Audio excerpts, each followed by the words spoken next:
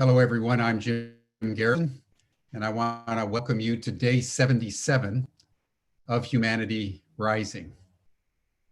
Every day since the 22nd of May, Ubiquity University and upwards of 350 organizations from around the world have created a daily opportunity between 5 and 7 o'clock p.m. Central European Time for people literally around the world to come together and share their experiences of how they're navigating, how we are all navigating through this extraordinary pandemic, which has literally shut our world down. Our economies are at a standstill. Most of us are in some form of lockdown.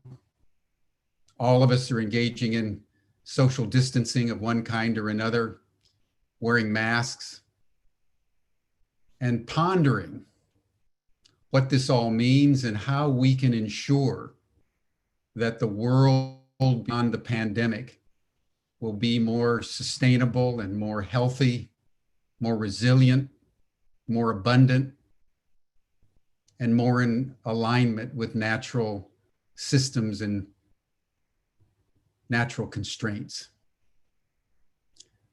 Today, we commemorate one of the most important days, I would say, in all of human history. Today is the 75th anniversary of the bombing of Hiroshima. And as has been observed by many, many people, up until August 6th, 1945, all of us had to live with the prospect of our own personal deaths and the deaths of people that we know. But since August 6, 1945, every human being on planet Earth has had to live with the prospect of not only the certainty of their own death, but with the possibility of the extinction of the human species through thermonuclear war. I actually did my PhD dissertation at Cambridge on the implications of Hiroshima. And I asked the question, why is it that after several billion years of evolutionary life on planet Earth, our species, in our generation, has brought the entire life process to the brink of extinction through thermonuclear war, and now climate change? The pandemic, in its own way, is a death immersion. It echoes the awesome potential of Hiroshima, a distant echo. So today we are very honored to be able to commemorate this profound moment. And it's my privilege and pleasure to introduce Cynthia Lazaroff, who I've known for many, many decades, since we were at university together. So that is a real joy for me to introduce Cynthia, who's been an activist since the day I met her, and has been on the front lines of the environmental movement, and more recently of the movement to prevent the spread and the dangers of nuclear weapons. So Cynthia, I turn the program over to you, and thank you for everything you've done to bring this panel together. And then Cynthia will be with us again in 3 days' time on the 9th of August as we commemorate the 75th anniversary of the bombing of Nagasaki. Cynthia? Jim, Thank you so much for having us today on this very solemn occasion of the 75th anniversary of the bombing of Hiroshima. It's truly an honor to be here, and I just want to take a moment and acknowledge you for Humanity Rising, for being here day after day since May 22nd, convening this extraordinary, really, group of souls from around the world. And every day looking at, having deep conversations and looking at the most urgent problems of our day and how to change our story, how to transform our story. And I'm joined here today by an extraordinary group of people who are dedicated to changing and transforming our nuclear story and really changing our nuclear legacy. And it's my honor to be with all of them and to welcome them all here and to be here with all of you today. We want to open the program today by with a blessing and a prayer. And Auntie Puna, I'd like to invite you to come on. I want to introduce you. We're going to begin with a blessing from our dear beloved elder here on the island of Kauai, Kumuhula Puna Dawson. She is known as a peacemaker wherever she goes. She shares aloha, and she has been to Japan countless times, sharing aloha and building bridges of peace between the people of the Hawaiian Islands and the people of Japan. And Auntie, it is my great honor to welcome you here with us today. And I would invite you to now share the blessing and prayer and the moment of silence. Are you with us?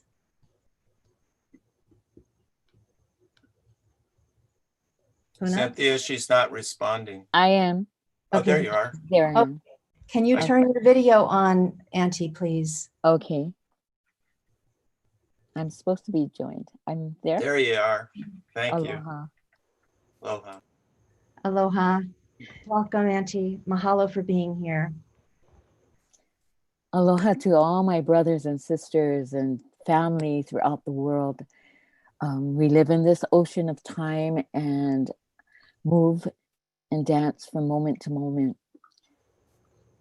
in recognizing the significance of not just today, but all the days that we are here on earth. I am in celebration with all of you.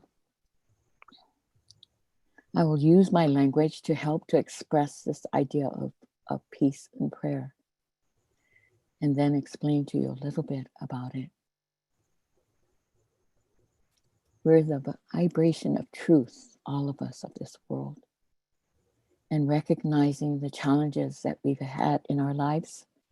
It's important that we value one another. So in this language, it says, "O ai ke aloha o ke akua ia kako, a po ke kukui o ke akua ia kako, malama ka mana o ke akua ia kako, ke akua ke kia I maluna o kako, mana wahi a pau o kako, ke akua no, ke akua I loko hei mana ho'ola." The world that we have is blessed with love, hope, and faith.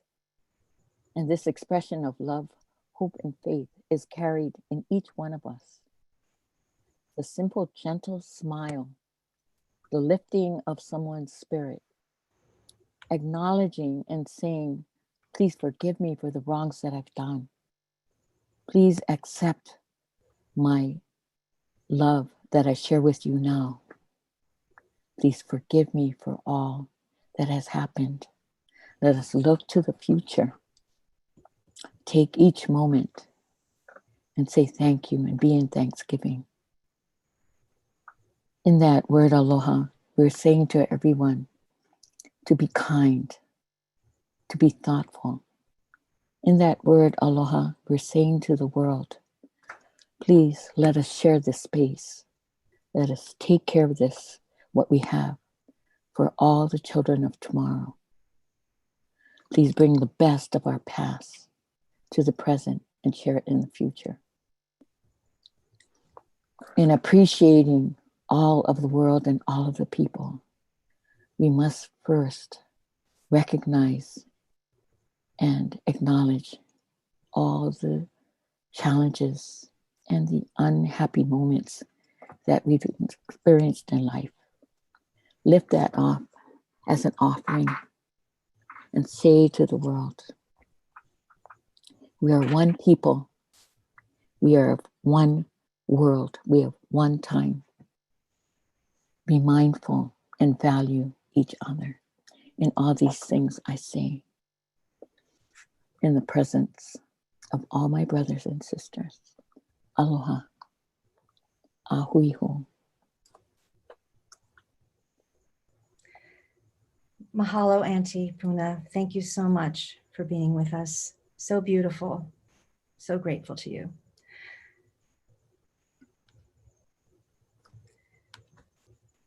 Remembrance. 75 years ago today, a US warplane dropped the first atomic bomb on the city of Hiroshima at 8:15 a.m. This photo was taken from the plane that dropped the bomb. My colleague, biologist Mary Olson, recently said something about this photo that I had never thought of before. She said, "It is a mistake to say that this photo is of the bomb. This cloud is what was moments before buildings, trees, homes, girls, boys, men, and women. I will never look at this photo the same way again. This cloud was filled with tens of thousands of human beings who were all vaporized in an instant. An estimated 80,000 people were killed instantly in Hiroshima. The city of Hiroshima estimates that 237,000 people were killed directly or indirectly by the bomb's effects, including burns, radiation sickness, and cancer. This was the impact of just one nuclear weapon in 1945, and we have since built thermonuclear devices that are 1,000 times the hellfire of the bomb that was dropped on Hiroshima. Today, we have about 14,000 nuclear weapons in the world. And if we use even a small fraction of these weapons, less than 0.5% of them, it would be the end of civilization. It would mean the end of life as we know it. But these statistics don't convey the human story. The Hibakusha, the survivors, are the ones to tell that story. And I'm honored to bring you Hibakusha Satsuko Thurlow sharing her story. Satsuko was a 13-year-old schoolgirl in Hiroshima when the bomb was dropped. And this is from an interview with Satsuko by Democracy Now!, with gratitude to Democracy Now! For making it possible to show it today. Tom, if you could show the video, that would be great. And at that moment, I saw the bluish white flash in the windows. I was on the second floor of the wooden building, which was 1 mile or 1.8 kilometers away from the ground zero. And after seeing the flash, I had a sensation of floating in the air. All the buildings were flattened by the blast and falling. And obviously the building I was in was falling and my body was falling together with it. That's the end of my recollection. Then I regained my consciousness, and when I regained, I found myself in a total darkness and the silence. I tried to move my body, but I couldn't, so I knew I was faced with death. I thought, finally, Americans got us. Then I started hearing the whispering voices of my classmates who were around me in the same room. Mother, help me. God, help me. And all of a sudden, strong male voice said, "Don't give up. I'm trying to free you. keep moving, keep pushing. And you see the sun ray coming through that opening. Get moving toward that direction, crawl. And that's what I did in the total darkness. I didn't see anything. But by the time I came out, the building was on fire. That meant all my classmates who were with me, about 30 of them, were burned to death alive. And two other girls managed to come out. 3 of us looked around outside. And although it happened in the morning, it was dark as twilight. And as our eyes got used to recognize things, those dark moving objects happened to be human beings. It was like a procession of ghosts. I say ghosts because they simply did not look like human beings.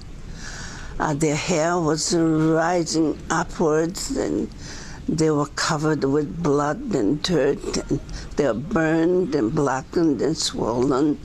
Their skin and flesh were hanging, and parts of the bodies were missing. Some were carrying their own eyeballs, and as they collapsed onto the ground, their stomach burst open and intestines start stretching out.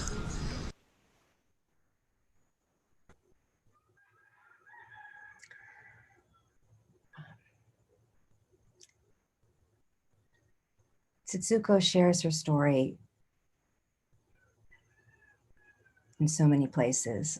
I've listened to this interview many times, and every time I listen to it, I feel it so deeply. And she's dedicated her life to disarmament. And I just want to honor her. Today, at 88 years old, she's still going strong, campaigning for the international campaign to abolish nuclear weapons. And when they were awarded the Nobel Peace Prize in 2017, she was there to accept it along with Beatrice Finn for the treaty to prohibit nuclear weapons, which now has 82 countries as signatories and 40 countries as have ratified it. I hear that a few more are going to ratify today, apparently. And we need 50 countries for that treaty to come into force. And at that point in time, nuclear weapons will be illegal in the world. Not one nuclear armed state has signed or ratified the treaty, but it will come into force as soon as we get to 50 countries. So my prayer is that we get to 50 countries very, very soon, maybe even today in the near term.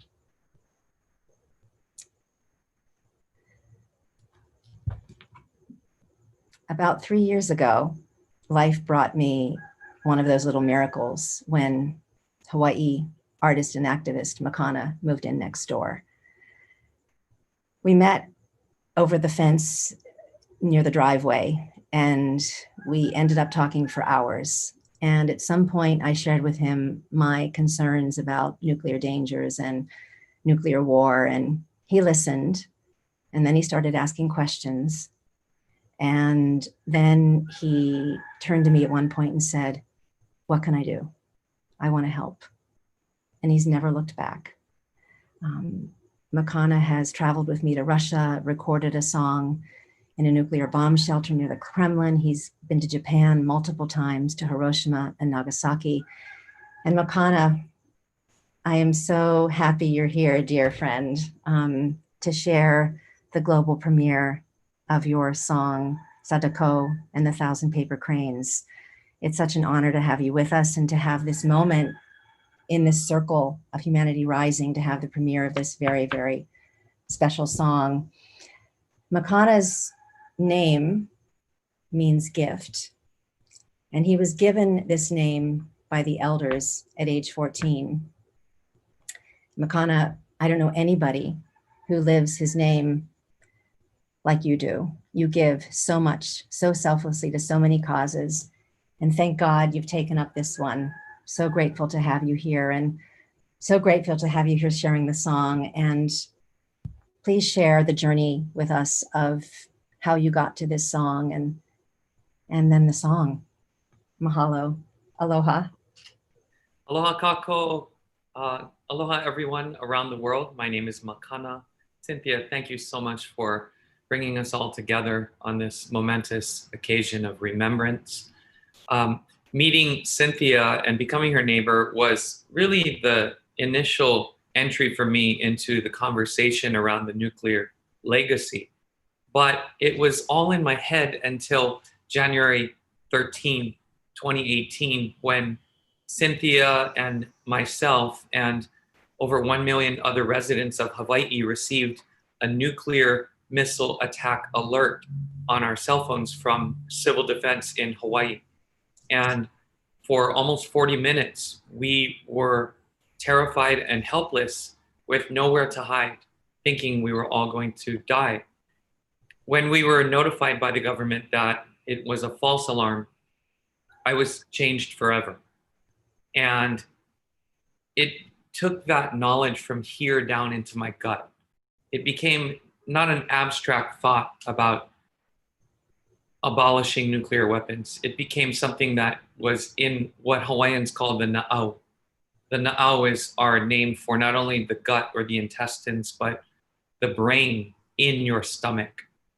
And so that is when my journey started. And I was so blessed to accompany Cynthia to Russia, where I did record a song and meet the Russian people and humanize them and try to understand, because as you may know, 90% of the world's nuclear arms are held by the United States and the Russian Federation. After that, last year, I traveled to Japan, to Hiroshima and Nagasaki, where I was so blessed to meet with Hibakusha, the survivors of the atomic bombing in Nagasaki, and to then go to Hiroshima, to the Peace Museum, where you are changed forever. You are truly changed forever walking through the halls of that museum. And as I left the museum, emotionally shattered, I walked into the sunlight and a young child walked up to me and handed me a paper crane. And I didn't know why. And I gracefully took the crane and thanked the child and kept walking. And I came across hundreds of children standing at a memorial, a children's peace memorial. And they were dedicating 1,000 paper cranes to this child named Sadako.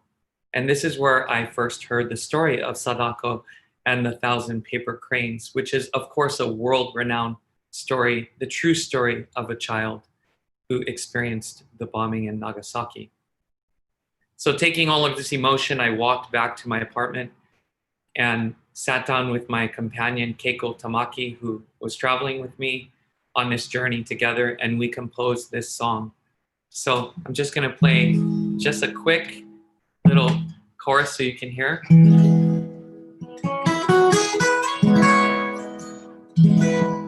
Sadako was only 2 years old. Black rain fell mixed with tears as they fled filled with fear. Ko no inori o kite. Listen to this prayer. Tsubasa wo hiroge, spreading its wings. Ewa no senbazuru, 1,000 paper cranes of peace. Watashi tachi no yume onosete, carrying our dream. And our dream is the dream of what Auntie Puna said, the dream of aloha, because aloha is the recognition that I am you, that you are me, and that we are each other. And only through the recognition worldwide of aloha can we all collectively realize instantly to abolish nuclear weapons forever. So now I would like to introduce the world premiere of this new song featuring the Japanese school children from Kwasui School in Nagasaki, Sadako and the 1,000 Paper Cranes.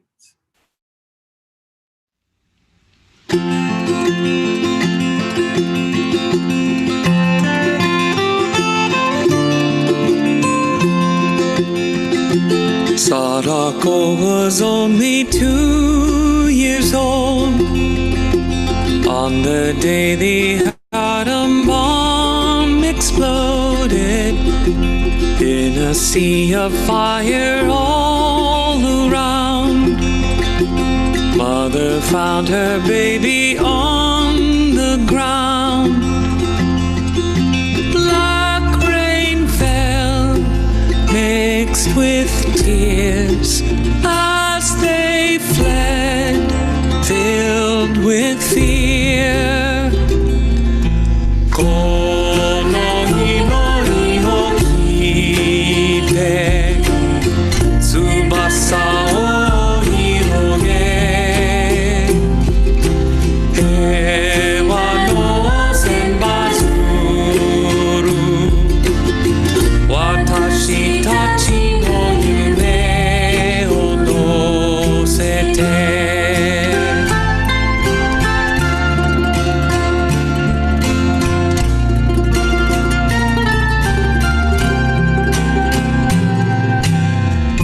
Sadako grew up a happy child.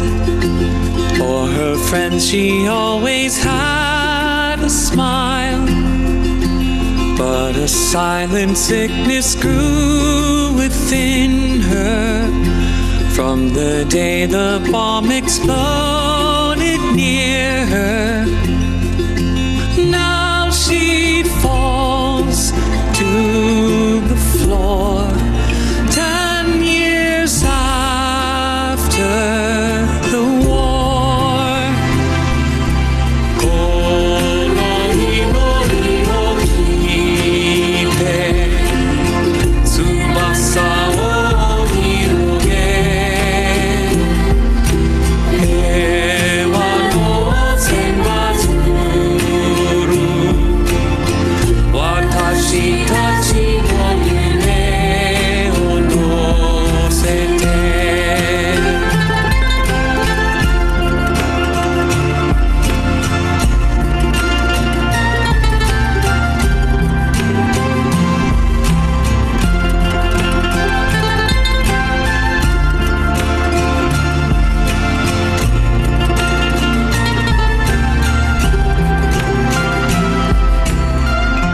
Gracefully she tries to hide the pain as her fingers fold a paper crane, folding grains until her final hour as she prays for life with all her power. Sadako, rest in peace. Help us to bring world peace. この日の日を聞いて翼を広げ平和の千羽鶴私たちの夢を乗せてこの日の日を聞いて翼を広げ平和の千羽鶴私たちの夢を乗せて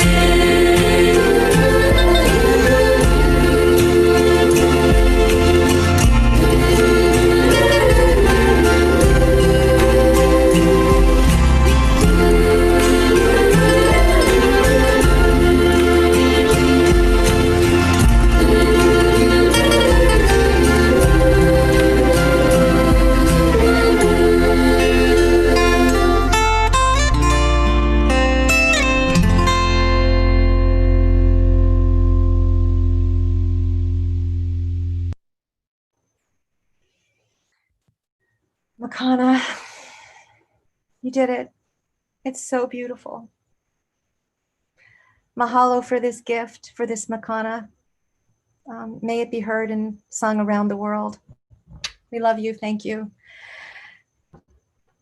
We're going to move now to our panel discussion on the nuclear stakes today, the challenges and the opportunities. And I would like to invite my colleagues, Rachel Bronson, Christine on and Jessica Slate to join me now to turn on their videos. Wonderful. Each of these women is doing extraordinary work dedicated to transforming our nuclear legacy, and we're going to hear about it in a moment.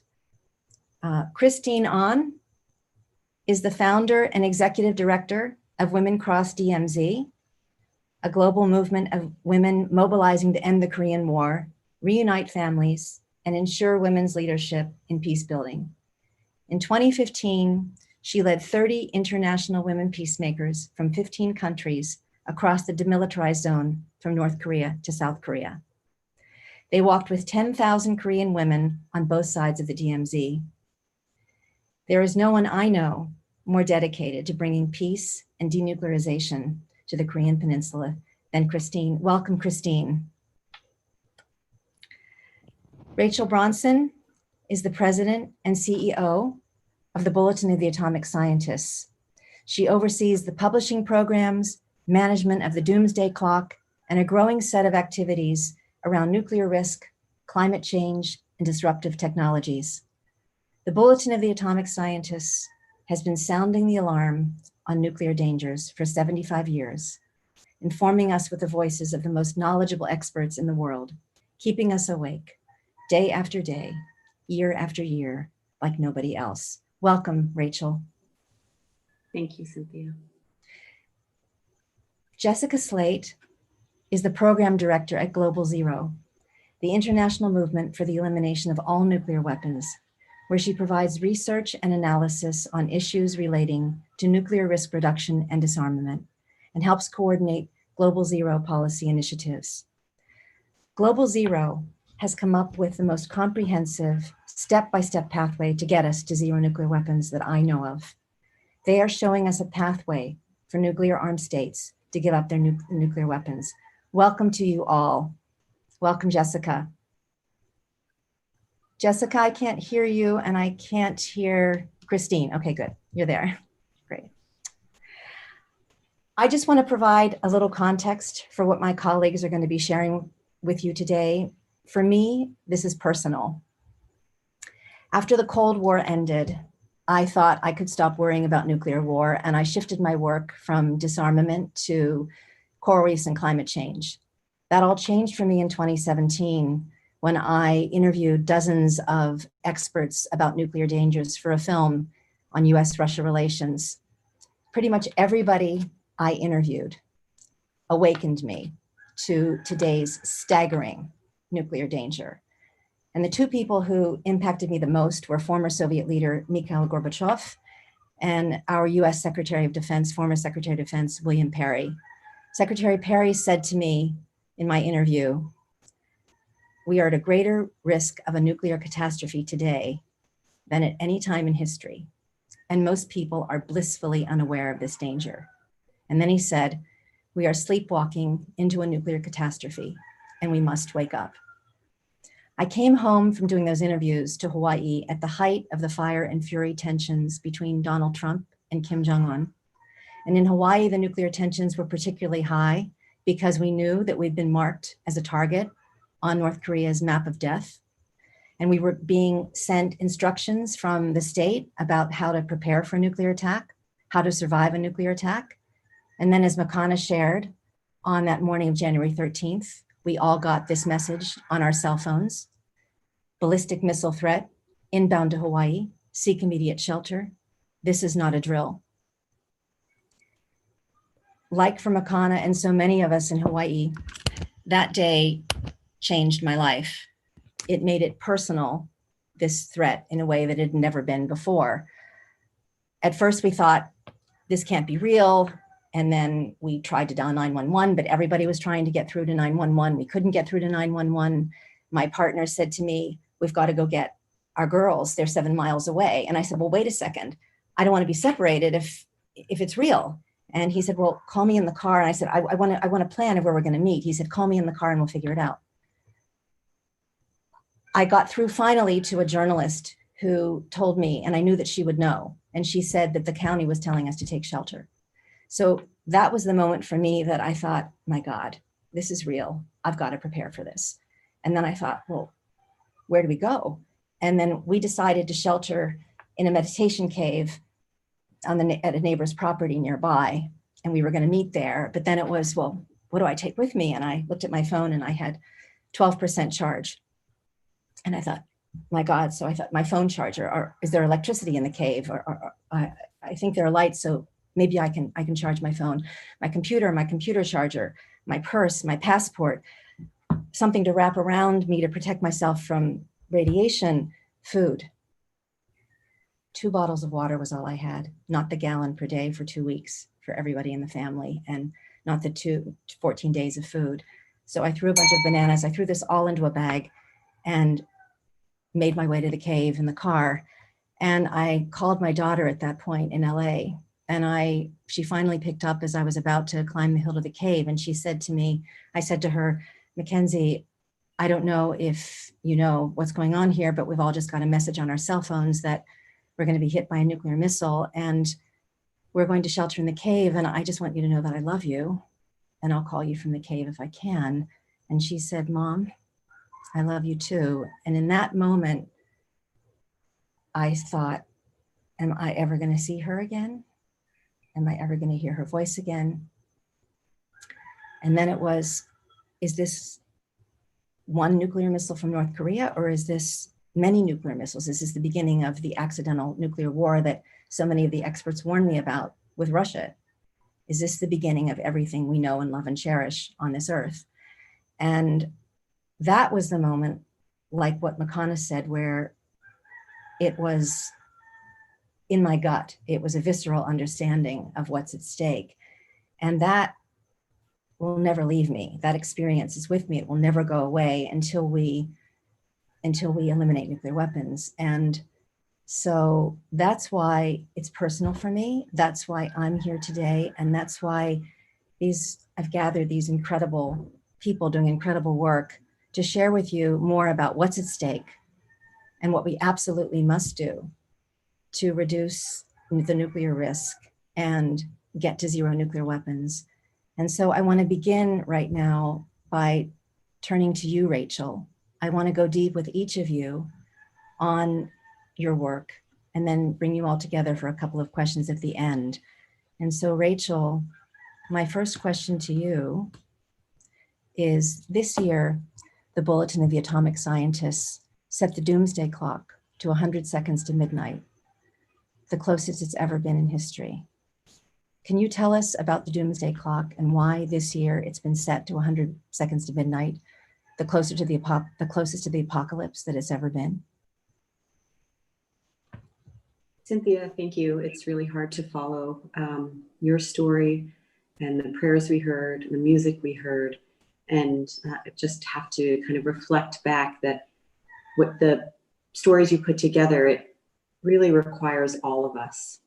The Bulletin of the Atomic Scientists, we're making sure that the scientists' voices are heard on the technological advances that are coming together that are bringing us great benefit, but also huge risks. But the scientists can't do it alone. And what moves people and moves our hearts and our feet to action is everything that has come before in this program. So I really want to thank you for a really important way to start. The Bulletin did move the doomsday clock on January 23rd to 100 seconds to midnight, the closest it has been to midnight. The doomsday clock was first created as an art piece and as the segue to this conversation. The author, Marta Langsdorff, was the wife of a Manhattan Project scientist who was involved in the Bulletin of the Atomic Scientists and he came to her with his colleagues to say, we need a way to convey the threat. And she thought about, well, she could do the symbol for radiation and but what she realized is that she was able to bring her artistic imagery to the urgency she knew the scientists felt and created a clock ticking towards midnight, with midnight being the apocalypse. She set it at 7 minutes to midnight. And she talks about the fact that she set it at 7 minutes to midnight, because it was pleasing to her eye, which is a quick way to say it. But what's underneath it was the recognition that it's urgent. that the clock was ticking, that something needed to be done, but we still had enough time if we had public engagement. And so this clock was a way to convey that. So the closest, so it moved steadily from 7 minutes to midnight, and then it moved to 3 minutes to midnight, and it moved the closest it had been in 1953 to 2 minutes to midnight in response to both the US and the Soviets testing hydrogen bombs, the thermonuclear weapons that we've heard about. It's moved as far away from midnight as 17 minutes to midnight in 1991, when there was arms control, the end of the Cold War and the dismantling of nuclear weapons were all on the horizon. And then since then, it's steadily moved back. Bill Perry, Secretary of Defense Bill Perry, is our chair of our board of sponsors, and the current time really reflects his views as well as the other experts. So very quickly, to answer your question now, we had set it had been set recently 3 minutes to midnight and 2 minutes to midnight for the last couple of years to reflect this state of danger that we think we're in. So we often get the question, is it really that dangerous? Is the Cold War, the Cold War was really the height of danger. It doesn't feel that way now. And we include different threats. We include climate change, happy to talk about that. But for today's conversation, we want to stay on nuclear. And our answer on the nuclear space is yes, it is as dangerous. So why? Well, how can that be? Well, think of where we were in the early days of the Cold War. We had no international architecture around arms control. We had no pathway to understand what others were doing, especially between the US and Soviet Union. We had no mechanisms for verifying agreements. We had no mechanisms of transparency to see where we were. There was nothing. We were at the beginning of the Cold War. Well, fast forward to where we are today, and the entire architecture of arms control is really crumbling. The last remaining arms control agreement between the US and now Russians is New START, which is expected to expire in January of 2021, and very little commitment, certainly by this administration, and very little time if there's another administration to renew it. So the entire architecture is collapsing, both because of pulling out of them and cheating against it, and also not modernizing the arms control agreements to reflect changes in technology that are happening. So like 1953, like that period, we've gutted, in a sense, our arms control agreement infrastructure. What was also happening is huge investments being made in nuclear weapons, right? This is what the Manhattan Project scientists foresaw, that there would be an arms race with huge amounts expended, and getting to a point where there's 63,000 nuclear weapons in the mid-80s and between the US and the Russians. Well, where are we today? Every major nuclear power is investing in nuclear weapons in one way or the other. Chinese highly investing in their programs. Russians absolutely investing in their programs.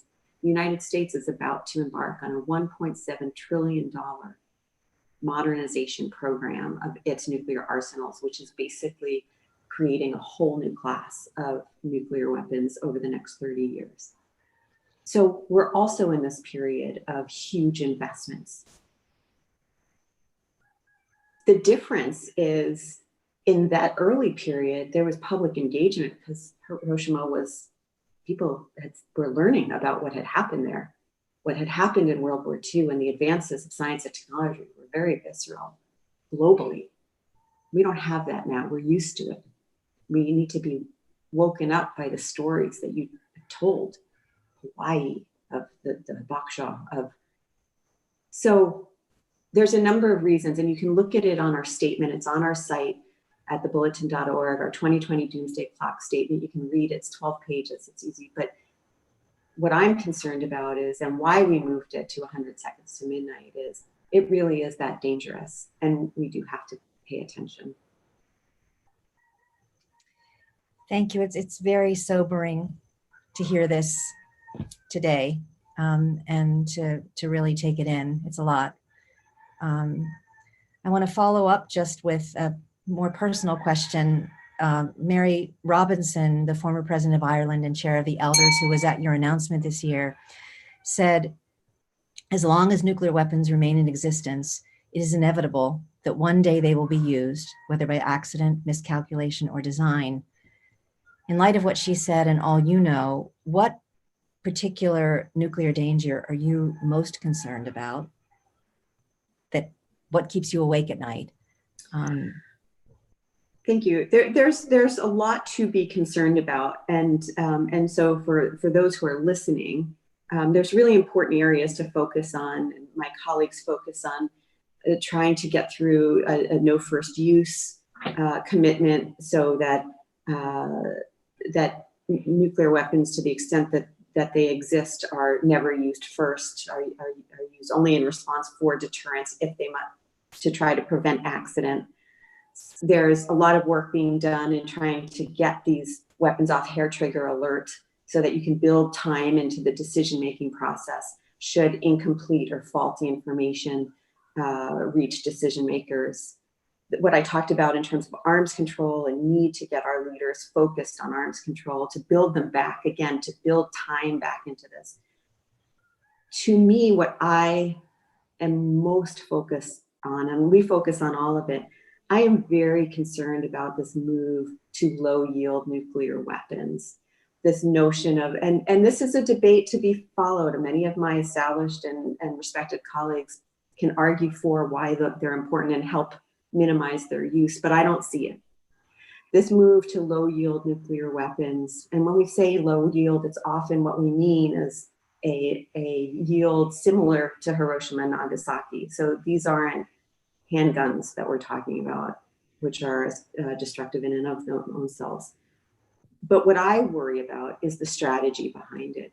I have yet to hear anyone in any convincing way explain to me how a use of a low yield nuclear weapon does not immediately go up the escalation ladder into a full-on nuclear exchange. I have yet to see it. Maybe I can be convinced, but I haven't seen anything that convinces me. And so this notion of low yield, that they can be usable, and we see the fact that they can be usable bleeding into Russian doctrine, US doctrine. To me, that is what concerns me the most, because I don't see strategically how it doesn't escalate, and I don't see how it's low yield. Well, it's very concerning, because I understand that a country that sees a low yield nuclear weapon coming can't discern whether it's low yield or high yield, and they might just respond with high yield nuclear weapons. So I think what you're saying makes absolute sense. And to even talk about using nuclear weapons and making them acceptable is insane. So I thank you for explaining that. And for, I just want to take a moment and just the last really main question for you, and you've touched on a lot of it already, is that at the 2019 announcement, you said that relations between the US and Russia, the two countries with the most nuclear weapons in the world, was unacceptably strained. And you've already talked about arms control essentially going out the window at this point between the two countries. What do you think, can you speak to the state of US-Russia relations and any recommendations of what needs to be done so that we can get arms control back on track? Yes, and I can point those of you watching and listening, there's a piece in Politico today or yesterday by Fiona Hill and Thomas Pickering, Rose Gottemuller, with a number of signatories that in the United States, arguing for the fact that we need to take very seriously US-Russian relations. And I think the kind of political, the kind of wonky response is we need to return to a strategic dialogue, right? That diplomacy and dialogue isn't a gift you give your friends.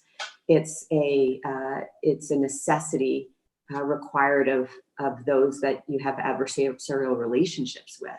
And so at this moment, the US and Russia, given what's at stake, those who control 90% of the nuclear weapons on this planet, must have some sort of dialogue. It's very different, very, very difficult at this moment. And we've been on Capitol Hill and elsewhere talking about this, but it's very difficult. We know the Russians are expansionists in their area. We know in the United States, we know of their involvement in our elections and what that's doing to our democracy. The Russians know of things we've been doing to them. And so this is for in the United States, but this is a global issue. This is going to be very difficult for any leader to reestablish relations with the Russians. It will look like they're caving based on what they're doing domestically. But this group, a bipartisan group, is trying to give cover to press the administration or the next one into the strategic dialogue to begin just a set of talks so that there's not misperception, that we understand what the other one's up to. So my answer is based on what my colleagues have signed in this very important statement, and I encourage us to look at it, the kind of step-by-step diplomatic return to arms control that we know we need, that is so difficult when we've ripped out the roots of this landscape that existed that would have been easier to build upon. Thank you, Rachel. Yeah, it's really, it's so many of the experts I interviewed said that, during the Cold War, even no matter how bad relations got, we always had a safe space for arms control. We kept talking, and we're not talking now. And that makes it much more likely that if there's a conflict, it could escalate to nuclear use. So what you've just said is, and pointing everyone to that article in Politico, thank you for that and for what the Bulletin is doing. And I just want to also ask if people want to learn more about the Doomsday Clock and the Bulletin, can you just give us your website? Sure. Thank you for that. We're at thebulletin.org. Great. Thank you, Rachel. Thank you so much. Really so grateful for your work. I want to move now to Jessica, and welcome again, Jessica. And I just want to begin with you by saying, first of all, you're a nuclear expert. You live and breathe nuclear policy. This is what you're giving your life to. And ask you the same question that I asked Rachel. With all you know, and with your mission at Global Zero of eliminating nuclear weapons, which nuclear threat are you personally most concerned about that keeps you awake at night? Thank you for the question. And also I want to echo Rachel's comments on just how powerful and beautiful this event has been. And I am afraid I'm probably going to echo a lot of Rachel's comments, but they're so important and in what keeps me awake at night. And Cynthia, your story illustrated this so viscerally, is that threat of accidental nuclear war.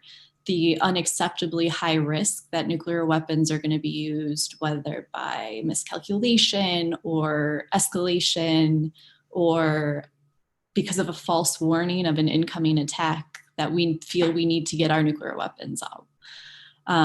This is something I learned a lot about from Global Zero's co-founder, Bruce Blair.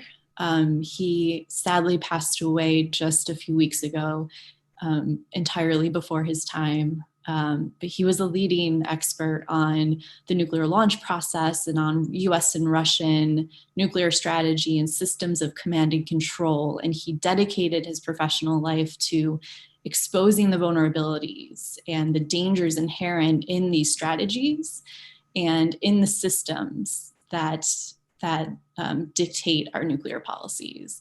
And he really advocated persistently for decades for policies to reduce those risks.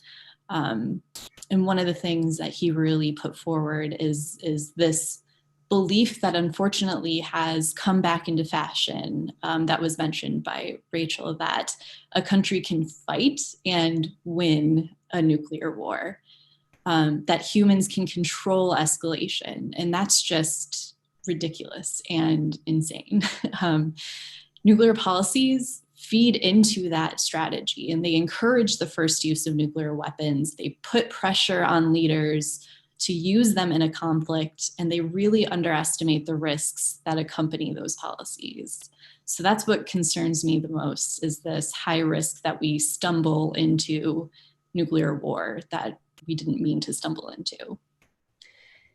And what do we need to do to eliminate this danger, and what's Global Zero doing about it? What are you guys doing? How are you addressing it?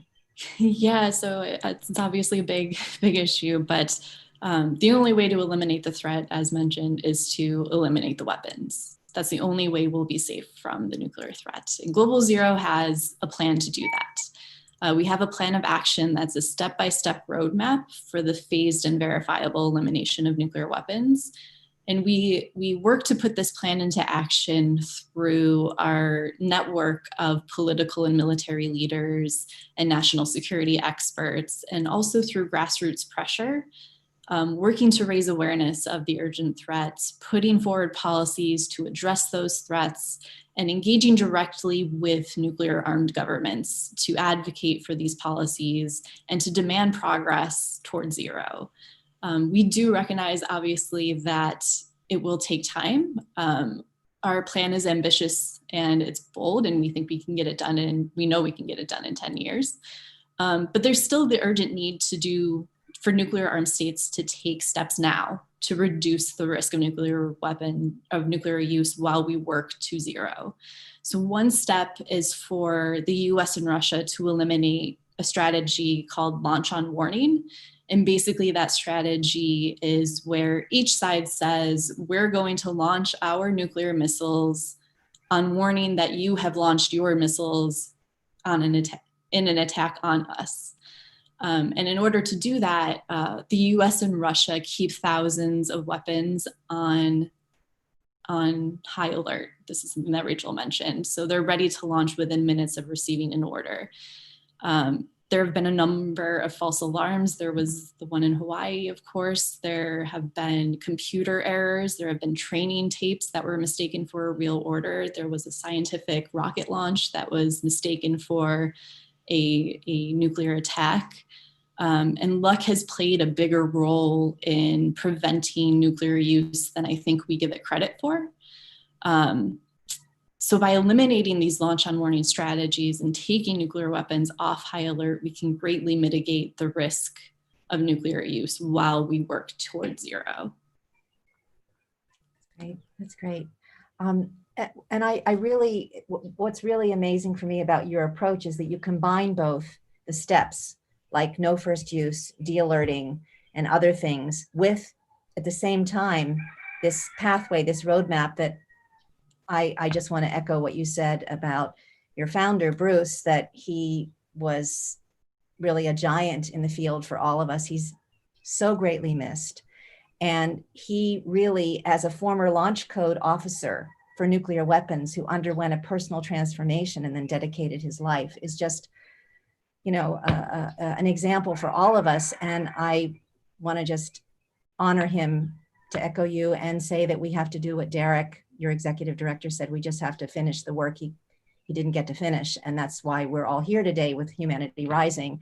I want to touch on one thing, which is the role of China with this staged reduction pathway, because the Trump administration has been trying to bring China into these treaties and has been saying that they don't want to negotiate unless China comes in for this New START treaty.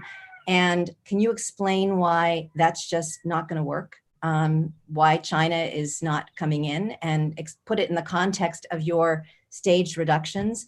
I think it's important because China is becoming such a rival now of the US, and even, you know, becoming, you know, potentially a nuclear rival, that we talk about China for a minute. We've talked about Russia, but let's just touch on China for a second. Sure, yeah. So as mentioned, the New START treaty is a treaty between the US and Russia. It expires in 6 months, but the US and Russia can extend it. And what the US is saying is, we don't want to move forward on New START without China joining the talks. And China has said repeatedly that they will not join those talks. And one of the main reason for that is because the US and Russia, as Makana mentioned, hold 90% of the world's nuclear stockpile. Each of their arsenals, the US and Russia, is 10 times bigger if we're not counting retired weapons. It's 10 times bigger than China's nuclear arsenal. So it just, with such a disparity, it just does not make sense for China to be joining talks at this moment. And for all of the US's campaign, I think experts are discouraged that the US is trying to put a poison pill in New START. So they're going to use China as an excuse not to do anything on New START and not to move forward with the reductions. So our action plan calls for political leaders to understand the risks and create that political will and recommit to these reductions. So the US and Russia it's really just a political obstacle at this point. And the environment can change very quickly. So we call on the US and Russia to extend New START and then to immediately begin negotiations for a follow-on treaty where they both agree to limit their arsenals further to about 1,100 nuclear weapons in total. That's the first step. And then the next step is to do another follow-on agreement to come down again in US-Russian nuclear arsenals to 300 nuclear weapons total. And at that point, that can really bring in the other nuclear armed countries because that begins to have parity with the other nuclear armed countries. And so the other nuclear armed countries would agree to cap their arsenals at 300. And then once that treaty is out there, signed, negotiated, then we can start bringing everyone to the table to negotiate the elimination, the phased and verifiable elimination of all nuclear weapons. So at the stage we're at currently, it doesn't really make sense to bring China into talks about numbers and coming down in numbers. But China still has a role to play, so as do all the other nuclear armed states. While the US and Russia work to bring their numbers down, there really needs to be a parallel effort where all nuclear armed states discuss, develop, and implement steps to reduce the risk of nuclear use. So steps like no first use, which is a really big campaign that Global Zero is working on. We're working with our leaders in these nuclear armed countries to develop proposals to say all nuclear armed states need to have a no first use policy to commit to never using nuclear weapons first. And here's how we can do it either independently or through bilateral agreements or through a global no first use treaty to really make no first use a norm and to reduce the reliance on nuclear weapons. China already has a no first use policy, but establishing a US-China no first use agreement or an India-China no first use agreement and strengthening these nuclear taboos that we so need and have been deteriorating a little bit is really a necessity to kind of lay the table to build trust and build confidence and increase transparency to lay the foundation for elimination. Thank you for explaining that. I just think it's important for people to see what's going on a global basis. And it would be really great if you could just share in the chat the Global Zero and Beyond the Bomb website as well, just so people who want to know more and get involved in the No First Use campaign, which, you know, if all the countries say they're not going to use nuclear weapons first, that immediately reduces the tensions, as you've been saying, and reduces the risk that they'll ever be used while we work on getting to zero. So again, your approach is just so sound, combining all of those things at once. So thank you. Thank you so much for clarifying so many things for us today. Now I want to move to Christine. Christine, I'm going to welcome you again. I can't see you. And there you are. And I want to start by just saying, asking you the same question that I asked both Rachel and Jessica, to say that you work every day for peace and the denuclearization of the Korean Peninsula, and you're really dedicating your life to this. And thank you so much for what you're doing. What are you most concerned about, and what keeps you awake at night? Thank you so much, Cynthia, for inviting me, and I'm just honored to be with this brilliant group. I would say it's probably what you experienced on that morning in 2017. I actually wasn't here. I actually live here on Oahu, but my Christine, we're losing your audio.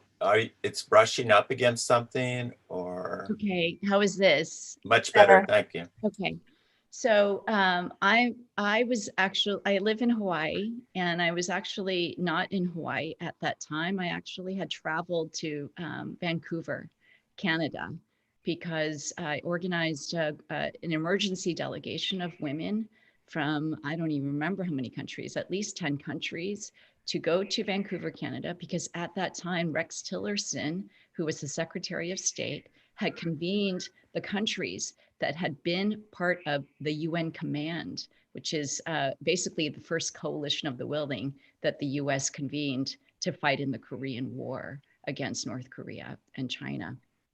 And that was in the time of the Fire and Fury. And we really believed that the US, as you know, it was later leaked that they were threatening a bloody no strike on North Korea. And we went to say, no, we cannot allow this to happen. And so just as 300,000 lives were killed 75 years ago, in the opening days, were there to be just a conventional war between the US and North Korea, 300,000 people would instantly die. That is like my entire family, all my friends in South Korea, in Seoul, which is just like an hour south of the DMZ, my friends in Pyongyang, the Korean Peninsula would just be totally obliterated. 25 million people would be impacted were nuclear weapons to be used. So this is what keeps me up at night. This is what drives me to say, this is not an option. We have to take war, nuclear war, off the table. There's another way to do this, and that is we need to get to a peace agreement with North Korea. Most people have no idea that that the Korean War never officially ended. It was a war that the US fought. It's called the Forgotten War in this country from 1950 to 53. 4 million people died in 3 years. The majority were civilians, women, children, elderly people, Koreans. And, you know, I've been to North Korea 8 times. You travel throughout the country. It's many who have been to Cuba know there's political billboards all around the country. We have forgotten this war in the United States, but North Koreans have not forgotten this war. There are political billboards everywhere about what the US did to the Korean Peninsula.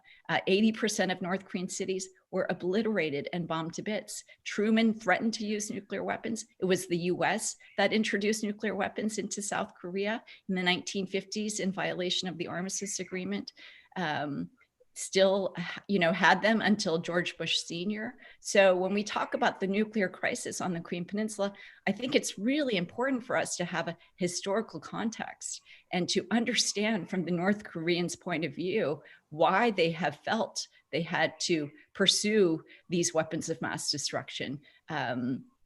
And I do believe that we can get North Korea to give up their nuclear weapons. When the first nuclear ban treaty was introduced, North Korea was among the countries who expressed interest in signing on to that.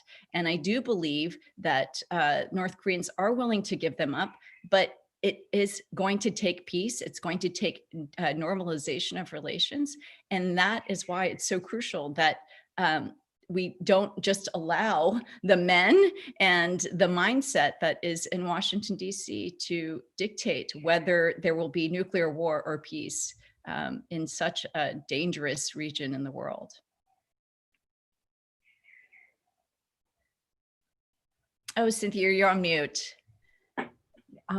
Christine, you know, I think that if I ever knew about that the Korean War never had a peace agreement, I'd forgotten until a couple of years ago when I started doing this work again, and then getting to know you. And maybe you could just explain, add on the approach of Women Cross DMZ, which you founded in 2015, I guess, when you made that historic crossing, that essentially what I've heard you say and your colleagues is that what we need to understand is that there's going to be no denuclearization without a peace agreement, that a peace agreement is a precondition to end the war before we can even get to denuclearization. And we have been pursuing it in the United States kind of the other way around, saying, well, we'll deal with a peace agreement after you guys get rid of your weapons. So if you could address that, and also, just this historic crossing you did with women, which I mentioned in your introduction, and share a bit about that and what it was like for you. I know that you personally were at risk, and you've shared about that. And maybe you could just share some of that, some of your personal story around this, and where that inspiration came from. It was an historic act of citizen diplomacy to cross the DMZ with women from all over the world and to join hands with over 10,000 women. So please speak to that and share your courage with us. Thank you so much. Well, I think you said it brilliantly, which is, we are so concerned about North Korea's nuclear weapons. We are so concerned about human rights in North Korea. And the truth is that we are not going to get to either of those until we get to peace with North Korea. And that is going to require, from the North Koreans' point of view, a formal resolution to the war. So in 1953, after 3 years of fighting, the US and North Korea, the commanders sat down and signed what is an armistice agreement, a ceasefire. They promised within 90 days to return to negotiate a permanent political settlement, which was going to be a peace treaty. And that never came to fruition. And because of that, basically unresolved state of war, that has what led for 70 years for the US to be still at war with North Korea. And that is why North Korea has pursued nuclear weapons. That is why we are in this dangerous situation that we are in today. So if it's okay, I'm just going to quickly just share some photos. Let's see, is that okay? Can I share screen? Please. Yes. Let's see. Can you guys see that? Yes. Okay. So in 2015, on the 70th anniversary of Korea's division, I think it's so important, actually, when we talk about the survivors or those that were killed in Nagasaki and Hiroshima, we also have to remember the Korean lives. At least 10% of the people that died in that nuclear attack were Koreans. And that's because Korea, my parents included, were among the Koreans that were colonized by Japan from 1910 to 1945. And so at the end of World War II, the US didn't know, as one of the victors in that Asia-Pacific war, that didn't know what to do with the Korean Peninsula. So they divided it. Truman sent a memo to Stalin, and across the 38th parallel, the North Koreans were under a Soviet occupation, and the South Koreans, south of the 38th parallel, was under US military government. So on the 70th anniversary of this tragic division, where Koreans had no say in the division of this ancient country, after being colonized for 35 years, we decided that we needed to do something as international women, women from countries that actually participated in that war, Canada, New Zealand, Australia, Mexico, 17 countries fought in that Korean War. So we decided that we would march to cross the DMZ. So we had to do all sort of negotiating with the North Koreans, the North Korean People's Army, the South Korean government, the UN command, which is really the US forces in Korea. So we announced that we would do this. Let's see. So this was us in Beijing before we left. There's some Nobel Peace Laureates, women, Lema Gabowi from Liberia, Mairead Maguire from Northern Ireland, Gloria Steinem. These are women. Next to Gloria is Ava Erickson. She's to run the DPRK program for the Red Cross for doing humanitarian aid. I mean, it was such a high caliber, experienced group of women, 30 international women. We met with North Korean women. We had an International Women's Peace Symposium with 250 North Korean women, where we heard about the impact of the unresolved war on their lives. But we also shared with them the stories of ordinary women who have now become extraordinary as Nobel Peace Laureates, but mobilizing, working across divisions to build peace in their communities and in their countries. I love this photo because after this, like, you know, sharing these very heavy stories, the woman who we see her back, she was a 7-year-old girl during the Korean War, and she lost 2 of her hands. A soldier, she says, an American soldier shot at 2 of her hands. So she didn't have hands. So she was telling her story. And after just hearing these heavy stories, we had actually brought quadrants of a quilt. So in Korean culture, chogakbo is a women's art form. And so the North Koreans had a quadrant pair, the South Korean women did, the international women, and the Korean diaspora. And so we held this stitching ceremony as a symbolic gesture to reunite Korea. And so it was just like this powerful thing. Everybody was crying. And then the North Korean women, you know, broke out in song, a Korean song, Uri Esowan. And it's like our hope and wishes for reunification. It was a very, very moving event where it just felt that this is what we have to do.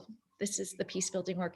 So we marched, then we went to Pyongyang, and well, we were in Pyongyang, but we went to the outskirts. This is the reunification tower, and this is on the road to the DMZ. So we marched with 5,000 North Korean women. And then we got to Kaesong, which is the ancient capital that is right next to the DMZ. And we marched with 2,000 North Korean women. It was very touching, very different from Pyongyang. We were on cobblestone streets and passing through apartment buildings with people hanging out and like cheering us on. And then we crossed the DMZ and got to South Korea, where 3,000 South Korean women greeted us. That was the cap that the South Korean government at the time put on the number of civilians in the civilian control zone. But we marched for miles along the barbed wire fences in Paju, and held a women's peace symposium in Seoul, and, you know, heard very different stories than the experiences of North Korean women. A lot about the impact of the US bases. There are still, you know, 30,000 US troops still on the Korean peninsula. So it was an amazing journey. And since then we have committed to ensuring that women participate in this peace process. We have to build the political will for peace to prevail. If we want to get rid of nuclear weapons, we have to get to peace. Thank you for your work and those absolutely beautiful photos. Just so moving, so very moving. There are 3 things that you called for. One is the peace agreement. The second is, can you talk about the other 2? And then we're going to move to the final questions for the group. But just if you could explain what you're at Women Cross DMZ, there are 3 things you're focused on among many things. Yeah. Well, we want to see a peace agreement. That is first and foremost. We want to see family reunions. You know, even in the United States, there's at least 100,000 Korean Americans with families in North Korea. So that is a real human face of the unresolved war. These are people in their 70s, 80s, 90s who still are waiting to see their loved ones in the North. They've been, you know, separated for 3 generations. And the third is women's leadership in peace processes. We know now that when women, I mean, first of all, there's like 10 Security Council resolutions mandating women's inclusion, because we know that when women are involved in peace processes, it leads to a peace agreement. And not only just a peace agreement, which is symbolic and huge in itself, but one that is far more sustainable, it's durable. And so that's what we're calling for. And I just think that that perspective is so critical, because when we think about this whole thing about nuclear deterrence, you know, it's like, I think when we allow that framework to take over, we allow the kind of militarism and the militarization mindset to take over, when in fact, what we need to do is invest in diplomacy, in dialogue, in these things as soft, quote unquote, soft power issues. And that's why women and all of us being a part of this movement together is so crucial. We have to totally reframe the whole conversation. Christine, thank you for setting the bar high for all of us, and setting the example for all of us, and for your courage in what you're doing and the gift that it is, and for being with us today. It's really inspiring, and I want to make sure that people have your websites and in the chat, that if you could just share if they want to know more about how you're working to get a peace agreement. I know there's legislation. I know there's a lot of stuff that's going on that people can actually get involved, because this is something that has to happen to denuclearize the Korean Peninsula. It's got to happen.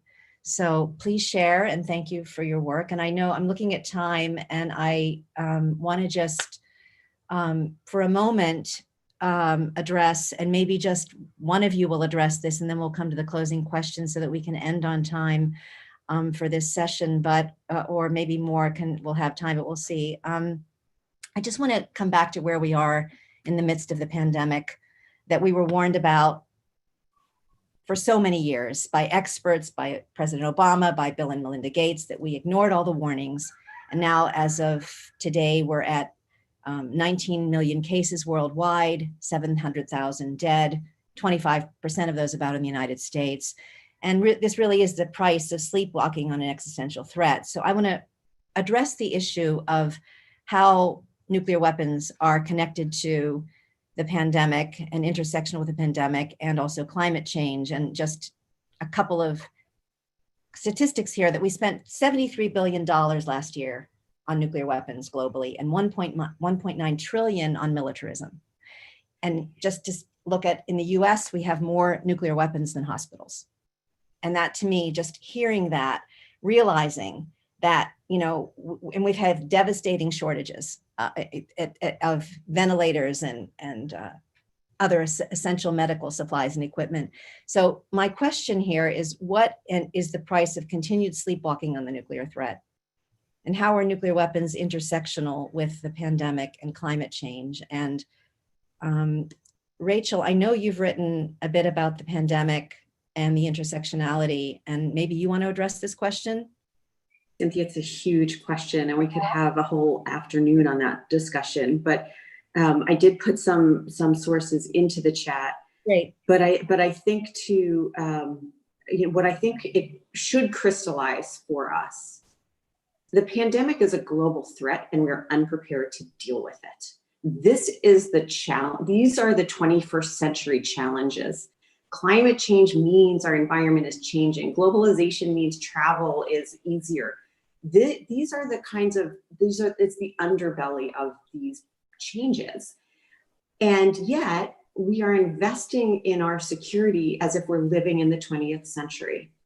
So that money is being put thoughtlessly into force structures and weapons that made sense perhaps in the 20th century. We are seeing the kinds of threats that are coming our way in the 21st century. We're living in them, through them, and we are absolutely underinvested, unaware, unprepared, and it's inexcusable. And we should be holding our national security leaders responsible for that. So I've been in these sessions where I know that some of our traditional leaders say, that's not our issue. This is a health issue. This is a domestic issue. These are the 21st century threats, not what we're investing in.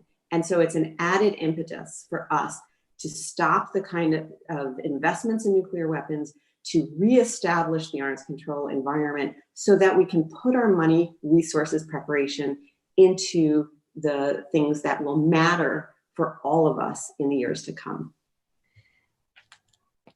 Rachel, that was so beautifully tying everything together and very quickly and giving us a context. Thank you so much for that illumination.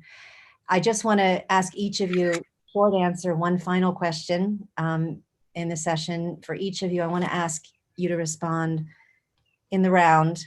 Back to where we are, the 75th anniversary of Hiroshima. What is your hope, your prayer, your reflection? What's in your heart today on the 75th anniversary? And we just have time for short answers, but if whoever would like to start.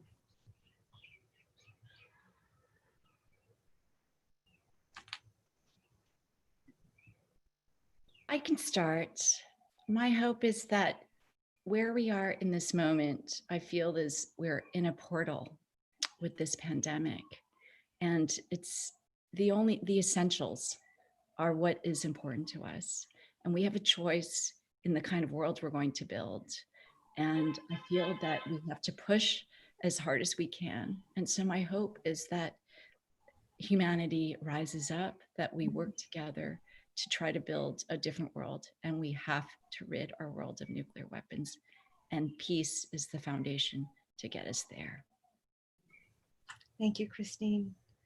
Jessica, Rachel, who would like to go next? I'm happy to.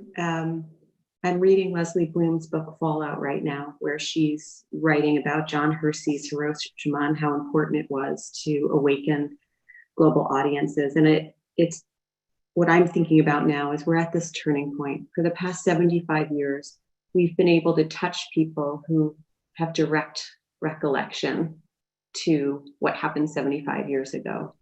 Moving forward, we won't. This now has to be motivated and mobilized differently. And it, in some ways, was easier when we had people around us who remember this viscerally. And it was hard then. And so how do we honor that legacy in the years to come when we don't have the touch points that we have had the luxury of having with us? So for me, I'm thinking about how do we continue this when we don't have the Hibakusha with us? We don't have grandparents who were there or remembered the destruction and could tell us about that. That's our challenge moving forward. The 75-year anniversary marks that.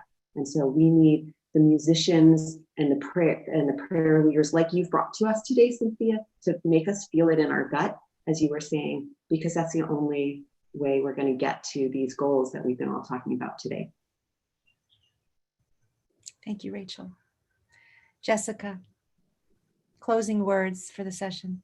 Oh no, that's a big responsibility. I think this is definitely a day of reflection and of ensuring that we are listening to the Hibakusha, the people who have been affected by nuclear violence, by the development of the nuclear weapons as well in the Marshall Islands and Algeria and Kazakhstan, those suffering from the effects of nuclear testing, and making sure that we're carrying all these stories with us throughout the year, every day. And it's not just these anniversaries that we are listening to them and carrying their mission forward. It's inspiring to be surrounded by these leaders that you have brought together and people who are doing other events around the world. And I think my hope is that this becomes an issue that you do feel in your everyday life, not because the threat is hovering, but because you understand that these weapons are taking away from other aspects of life and taking away from human-centered solutions and human-centered security. And I think it's very important for all of us to come away from this knowing that we can eliminate these nuclear weapons. We can push for it. It is up to all of us in this world. Nuclear weapons affect everyone, so everyone has to come together to eliminate them and to honor the Hibakusha and to stand up and say 14,000 nuclear weapons is not security. It is not strength. The strength is in the people and in the cooperation and the diplomatic tools to make sure that we are all safe and secure. Beautiful. Thank you all so much. And I know it's a very busy day for everyone. So, and I just want to, those who have to go, I just want to say again, as we say in Hawaii, mahalo, aloha, and we'll do this again sometime. Thank you so much. Thank you so much, Cynthia. Thank you. Okay, so we're going to move to the final panel today. And I want to welcome now Audrey Kitagawa and Hibakusha Basu to join us for this final session. And I'm going to begin by introducing the two of you. It's so wonderful to have you here, both of you. This is the first time I'm actually seeing you, Audrey, in person. We haven't had a chance to speak yet. And and I didn't know when I invited the two of you to be part of this, that that I found out very recently that you actually know each other. So Yes, that's really exciting. So Audrey Kitagawa, JD, is the chair of the Board of Trustees of the Parliament of the World's Religions, president of the Light of Awareness International Spiritual Family, and the former advisor to the Office of the Special Representative of the Secretary General for Children and Armed Conflict at the United Nations. She has been listed in the Who's Who of American Law, the Who's Who of American Women, the Who's Who in America, Who's Who in the World, and Prominent People of Hawaii. Welcome, Audrey, today. So happy to have you with us. And now I want to introduce Hibakusha Basu. She is a United Nations human rights champion and founder president of Green Hope Foundation. She is a peace and social justice crusader, author, musician, and passionate advocate for the Sustainable Development Goals, nuclear disarmament, children's rights, and gender equality. She is the youngest recipient of Canada's top 25 Women of Influence and winner of the 2016 International Children's Peace Prize. Her organization works in 16 countries to empower young people and women, especially those in vulnerable communities, in the sustainable development process. I didn't know this when I invited her, but she has just received the inaugural Voices of Youth Award for her work to educate and engage thousands of youth around the world on the need to abolish nuclear weapons. Congratulations, Hibakusha, and so much gratitude to you both for all you're doing. I'm so grateful that you're here.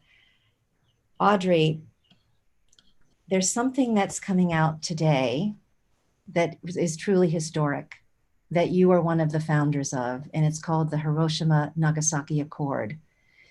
It's the first time in history that 4 of the world's most prominent international, interfaith, intercultural organizations have come together to call for the abolition of nuclear weapons.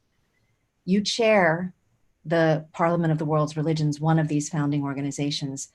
Can you talk to us about the Accord? How did it come about? Why now? And what is the significance of this global interfaith initiative for the very first time when all of the world's religions are joining together to call for the elimination of nuclear weapons? Well, thank you so much, Cynthia, and good afternoon, everyone.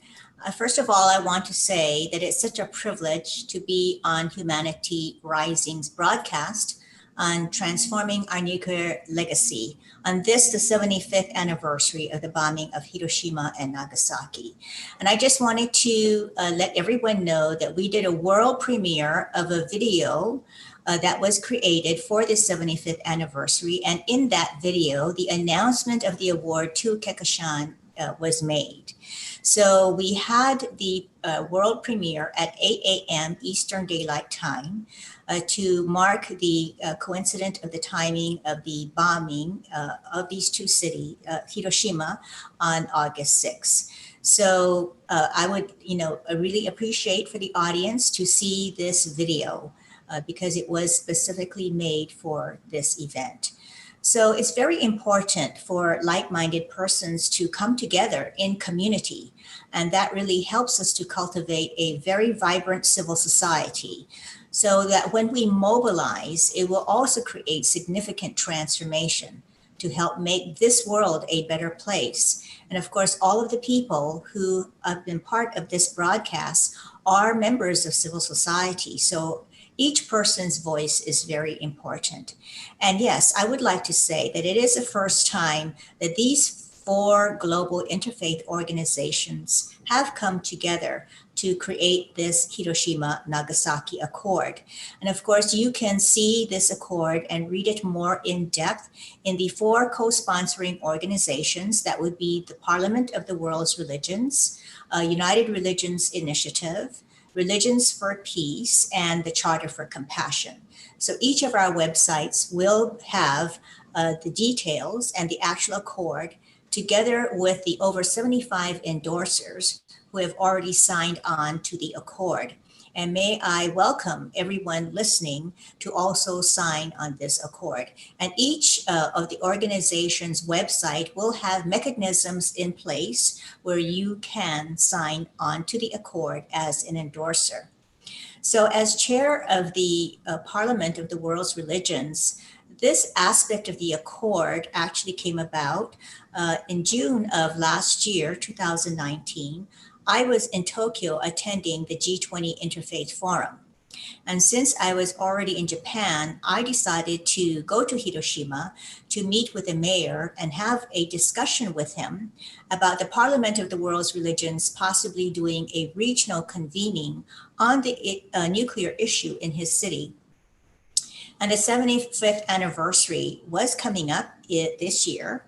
So I wanted to see if he would support such a convening. So as you know, the Parliament is very well known for its ability to convene thousands of people under an international umbrella, people from all different faith traditions from around the world. The mayor of Hiroshima was very gracious and very supportive.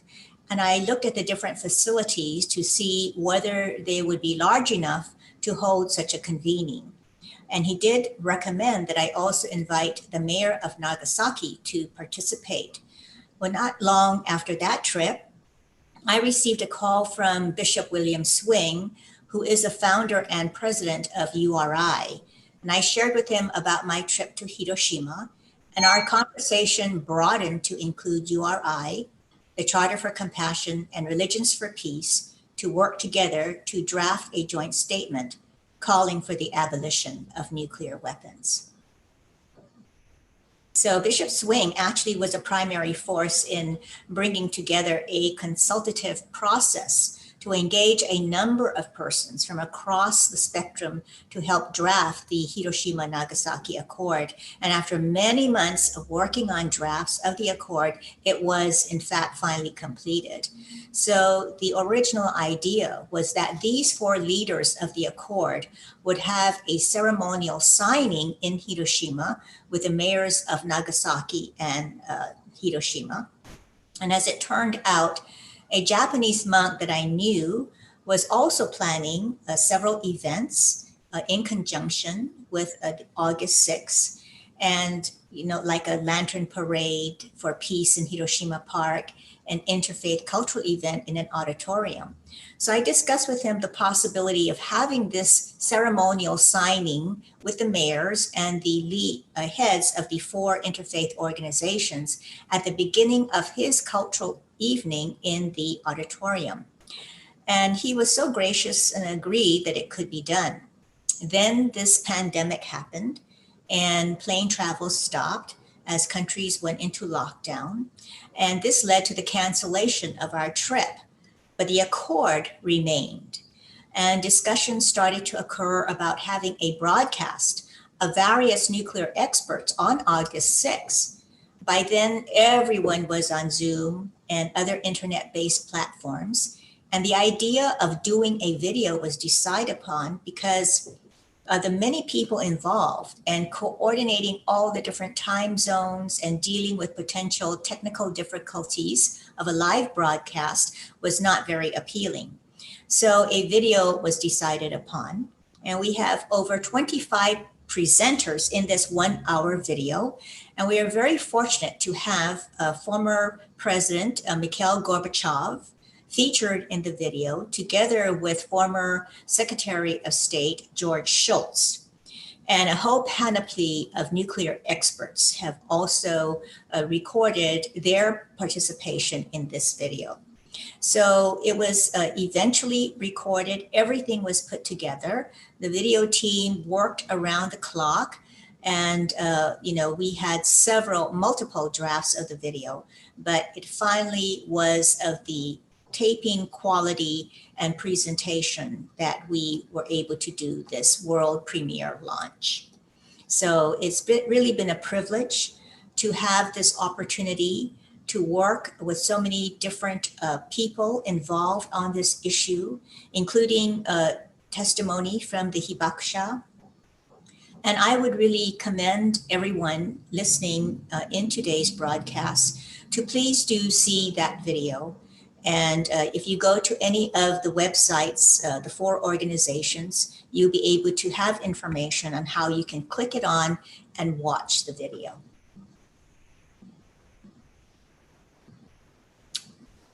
I'm sorry, you have to unmute your phone.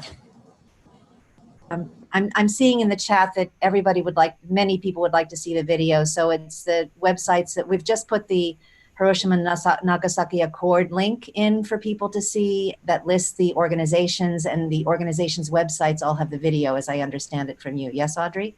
That is correct. And I can send you actually, Cynthia, the flyers. Actually, I did send you the flyer. And you can feel free to circulate it to the participants. So all they have to do is scroll down and click on the button, and either YouTube or Facebook will be able to take you directly to the broadcast. Great, that's wonderful. That's wonderful, thank you.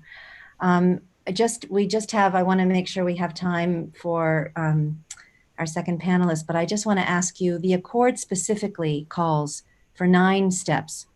If you could you talked about the importance of civil society, and I just want to say that I'm so happy to see this kind of initiative, because it made such a difference during the Cold War to engage the clergy, and the clergy mobilized so many people in civil society.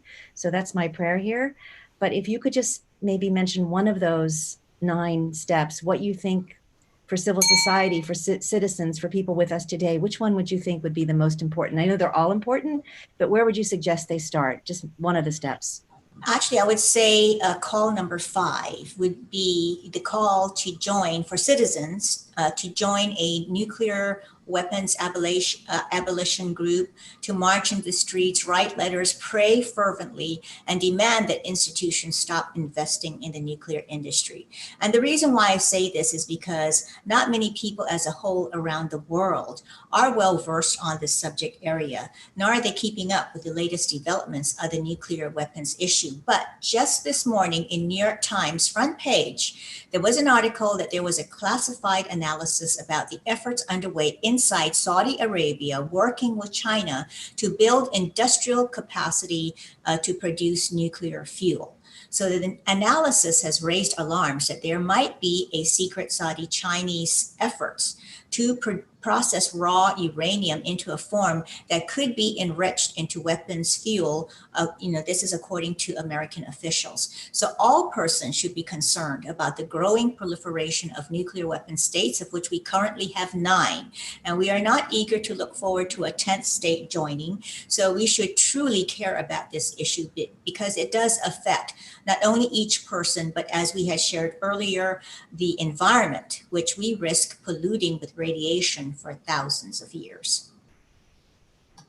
Thank you, Audrey. And I'm seeing that people have put the video link in the chat. So thank you for doing that so everybody can see it. I want to move now to Hibakusha. And I have just lost my screen. One second. Here we are. Okay, back.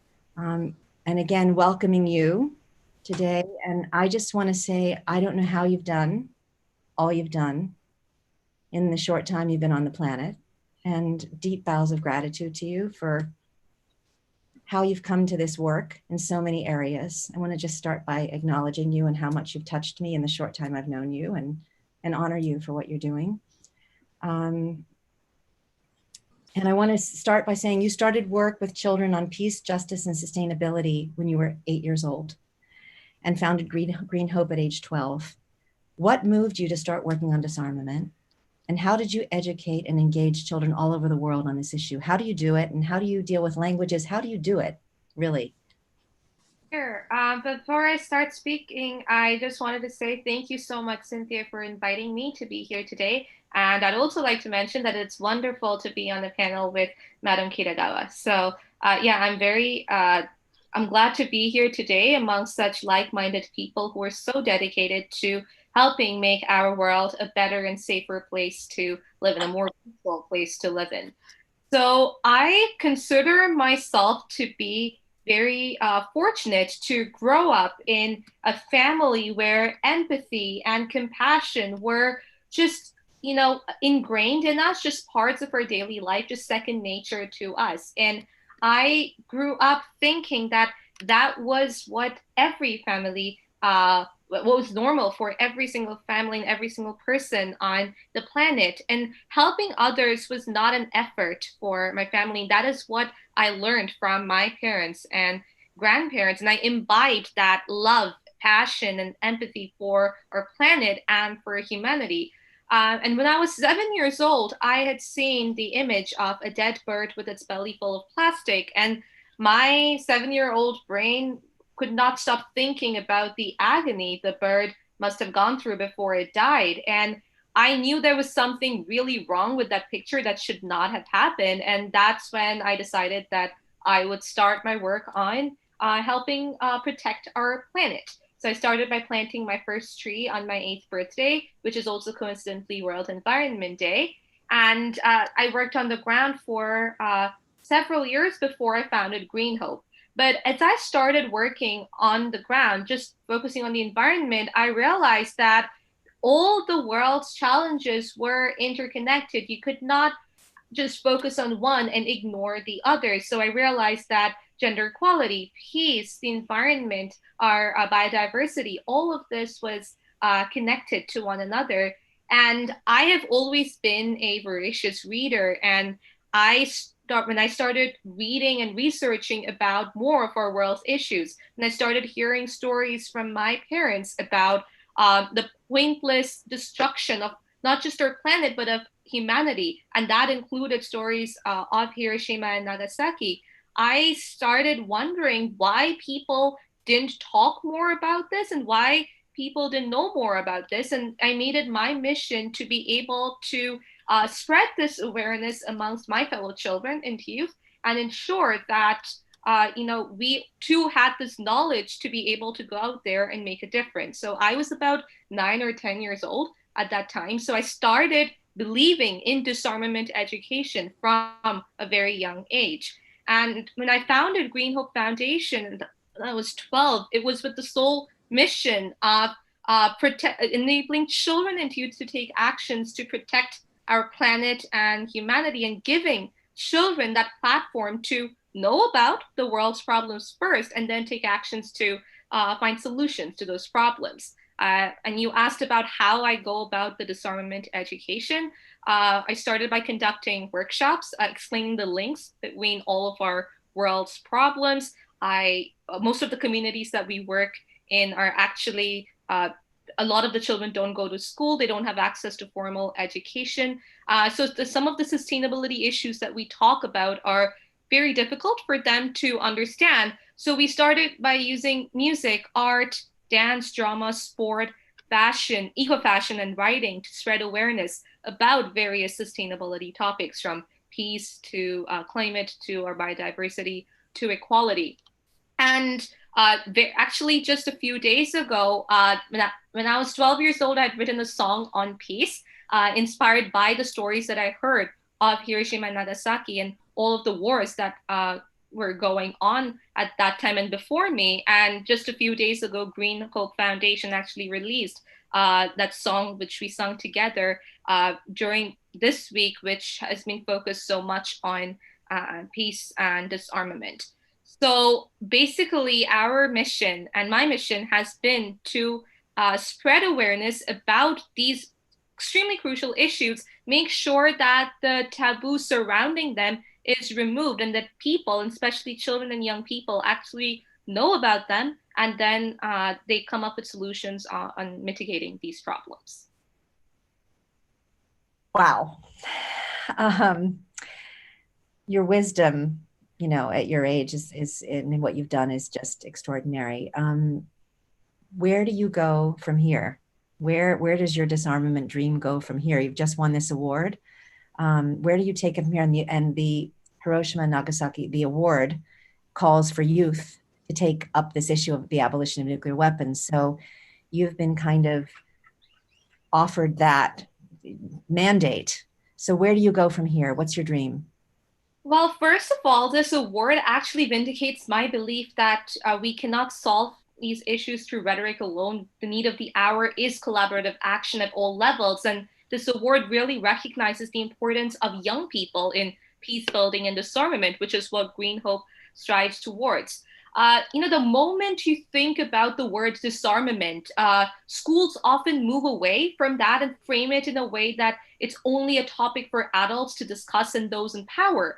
But nuclear weapons do not discriminate. And it is my belief that if children are educated from a young age about the horrible effects of nuclear weapons, the destruction they cause, not just to humanity, but to our planet as well, the plants, animals, and birds that they love so much, then they'll start reading more about it, trying to learn more about it. And when they grow up and slowly come into positions of power, they will definitely not move towards nuclear weapons, but they would advocate strongly for disarmament and world peace.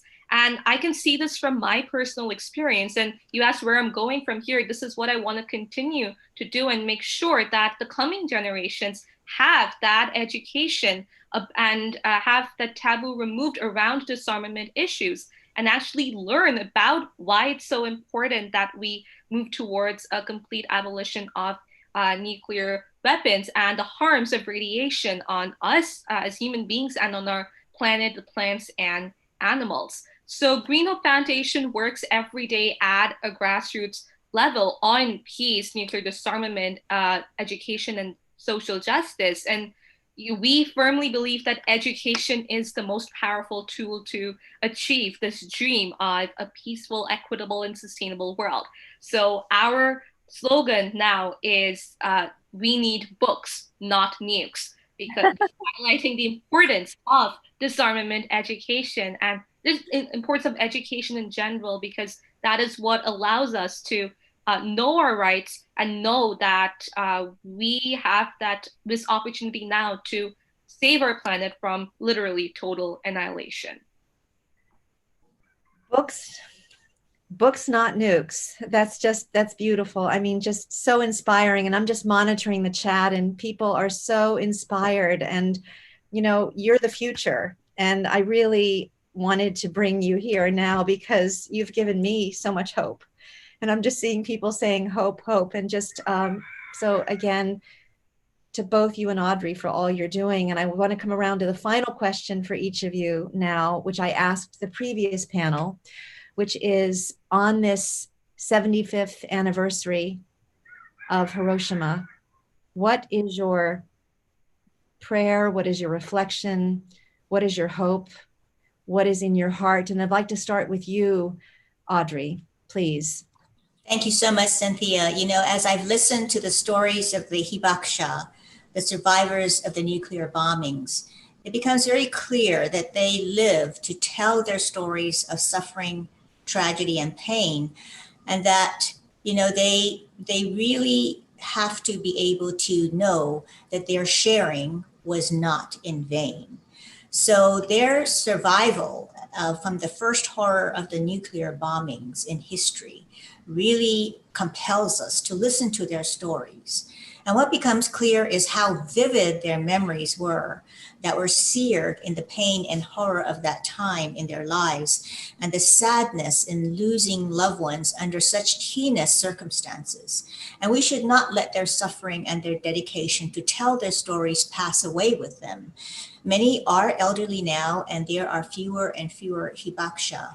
So while we have recorded messages from them, we must adopt their dedication and commitments to speak out against nuclear weapons. And may their speaking ring out loud and clear in our hearts and through the generations now and yet to come. And I also applaud the work of interfaith organizations, because 80% of the world's adherents are of some faith tradition. So therefore, their representation in civil society is a huge segment. And more, this paradigm of interfaith organizations, faith communities coming together in this paradigm of cooperative engagement, of joining hands in achieving mutual goals, really should be applied across the spectrum. And this is the age of coming together. So we must be willing to drop our lens of insularity and territoriality to distinguish ourselves, our country, our own individual faith tradition. But more and more in this globalized world, we have to be seen that partnerships, cooperative action really will allow us greater leeway to achieve mutual goals, to achieve peace and for all of humanity, and to know that together we are not alone and we can achieve our mutual goals. And may peace prevail on earth. Beautiful, Audrey. May it be so. May it be so. And now to you for final words, Hibakusha. You know, I think that my hope is that my generation will not, like I said before, not waste time on rhetoric alone, but take concerted steps towards disarmament, because we have literally wasted 75 years on just talking about nuclear disarmament, but not actually being able to abolish nuclear weapons. And for me, that hope involves education. For me, that hope involves stopping the criminal waste of finite resources on building weapons of mass destruction, and instead taking that money and trying to solve the world's most pressing issues of poverty, hunger, and discrimination. And my prayer and reflection would be to shun violence in all forms and manifestations, and respect life that is God's supreme gift, and find that inner peace within ourselves, and then take that inner peace and project it to the world so that we can achieve world peace. And lastly, in my heart, my faith in my generation, the faith that I have in my generation is so important right now, because I truly believe that we will be able to educate and empower ourselves and the coming generations about the disastrous effects of nuclear armament. And it is my hope that through this education, when the coming generations become leaders, monarchs, prime ministers, and presidents of their countries, they will take the right decisions for humanity and for planet. Thank you for these inspiring hopes and dreams, and taking us into the future with hope. So deep, again, deep bows of gratitude to both of you for coming for this last session. I know we're over time, so I just want to thank everybody for being here, and everybody at Humanity Rising. And we've just put into the chat some links to events that are happening all over the world over the next few days for the anniversary. So thank you, Jim. Thank you, Jim, for doing this. And thank you so much. Oh, thank you, Cynthia. That was splendid.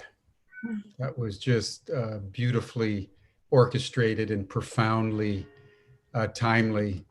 And I just want to thank you. And Audrey, it is so good to see you again. We haven't seen each other since about 20 years. Audrey and I met at the Millennium Summit of Heads of State when the State of the World Forum took over the entire New York Hilton.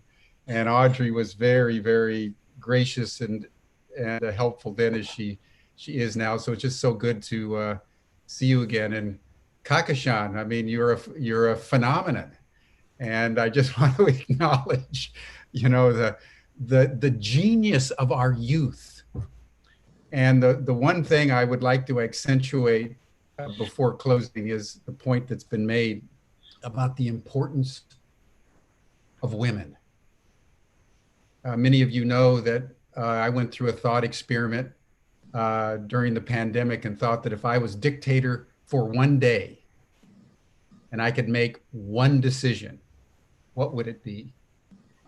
And I decided that the one decision that I would make is to order within the next 30 days an immediate transition of executive power of every government and organization in the world to women between now and 2030.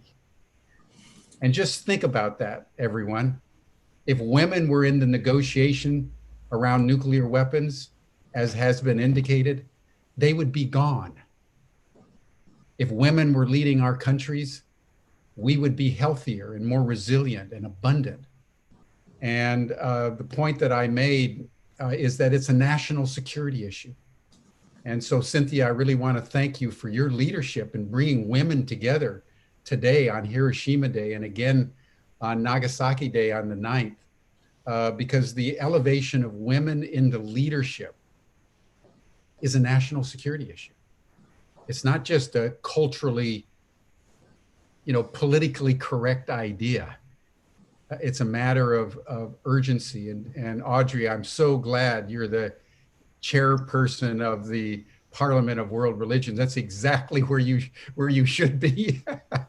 And the world needs you to be. So I just want to thank you. And then just quickly on a personal note, I've been profoundly moved and quite emotional because I came of age around the Vietnam issue, and as Cynthia knows, around the nuclear power issue and doing civil disobedience to try to shut down nuclear power plants. We were part of the Clamshell Alliance together, and we worked on nuclear weapons issues together.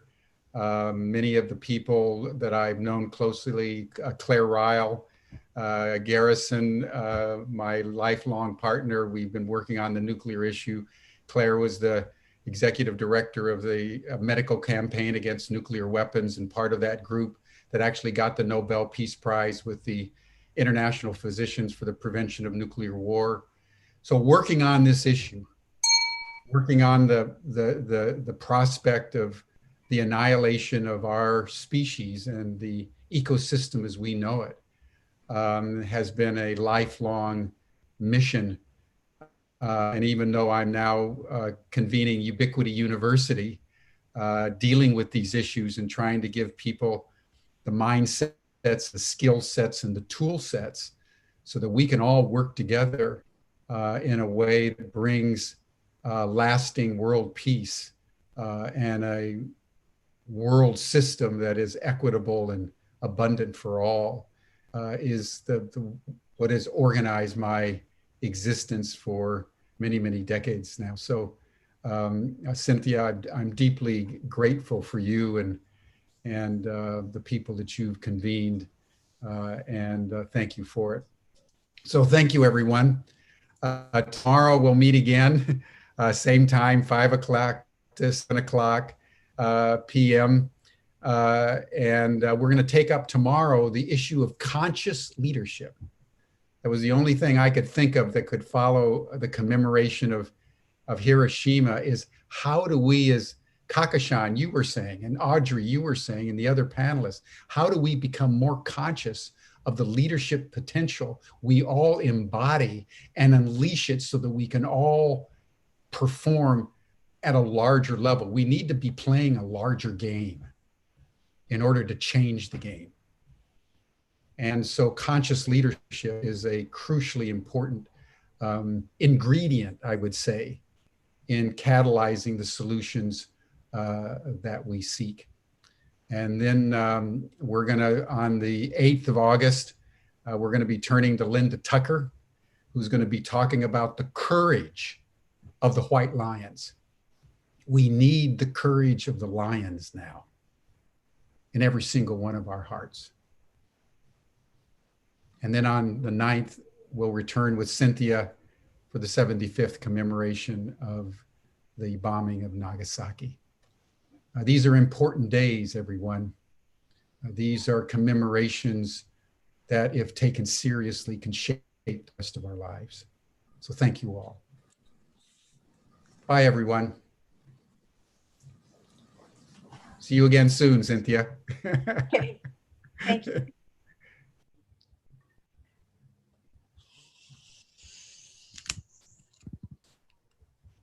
Thank you, everyone. Thank you, everyone, for coming. Thank you, Cynthia. Beautifully done.